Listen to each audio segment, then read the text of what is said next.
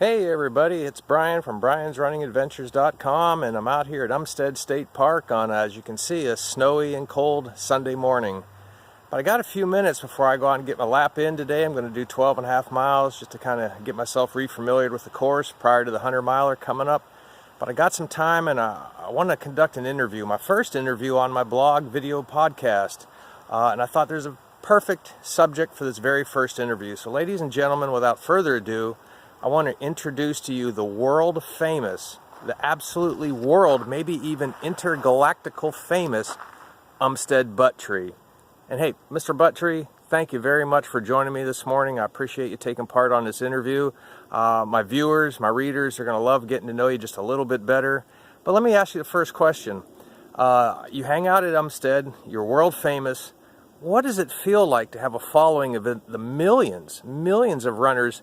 I don't want to say worship you, but they definitely look up to you. What's it feel like? Well, thank you. Thank you for having me on your interview today. It's a pleasure to be here. Your blog is wonderful. It's fabulous. Everybody needs to see it. It's probably the best blog ever. And being the Umstead butt tree is an honor. Yeah, and I hang out here, and it's just a joy to be with the people who run Umstead. So thank you very much. Well, thank you, Mr. Butt-Tree. I appreciate those words. Have you ever run Umstead? Really? Really, you're going to ask me that question? You got a chance to interview me, and you're going to ask me if I've run Umstead. Huh. Gee, I didn't see anything wrong with that question. You're always out here. I figured maybe you did a lap or two. But Mr. Butt-Tree, let's get on to something more productive for my viewers and my readers. What's it take to run 100 miles out here at Umstead? Well, Umstead is a great course. It takes a lot of determination, a lot of fortitude, a lot of planning. Obviously, you got to be physically fit, and you got to have a mindset that you just keep moving forward. During the course of 100 miles out here, I see a lot of people struggling, and you just keep moving forward because those miles will click off, and as long as you keep a good positive attitude, run happy, and give me a high five once in a while, you'll make your 100 miles. Man, that's encouraging words, Mr. Butthead. I'm sorry, Mr. Butt-Tree. I really appreciate that there.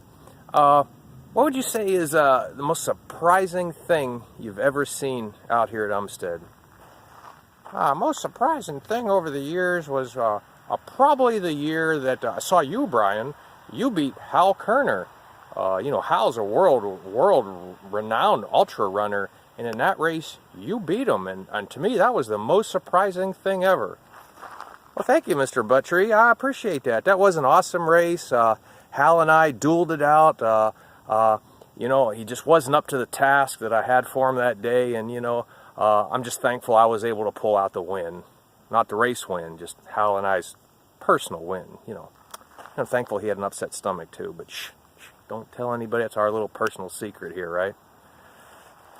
Yeah, that was a good race. That was your first 100-miler, and, Hal, if he wouldn't ate that saucy burrito down there at the Mexican Bar and Grill, he might have been able to pull out the win. Hey, Butt-Tree, let's not talk about that. This is strictly about how I beat him on that day.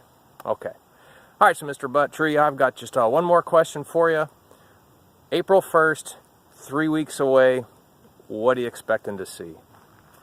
Yeah, it's going to be April Fool's Day here at Umstead, and I trust you, I won't fool with nobody.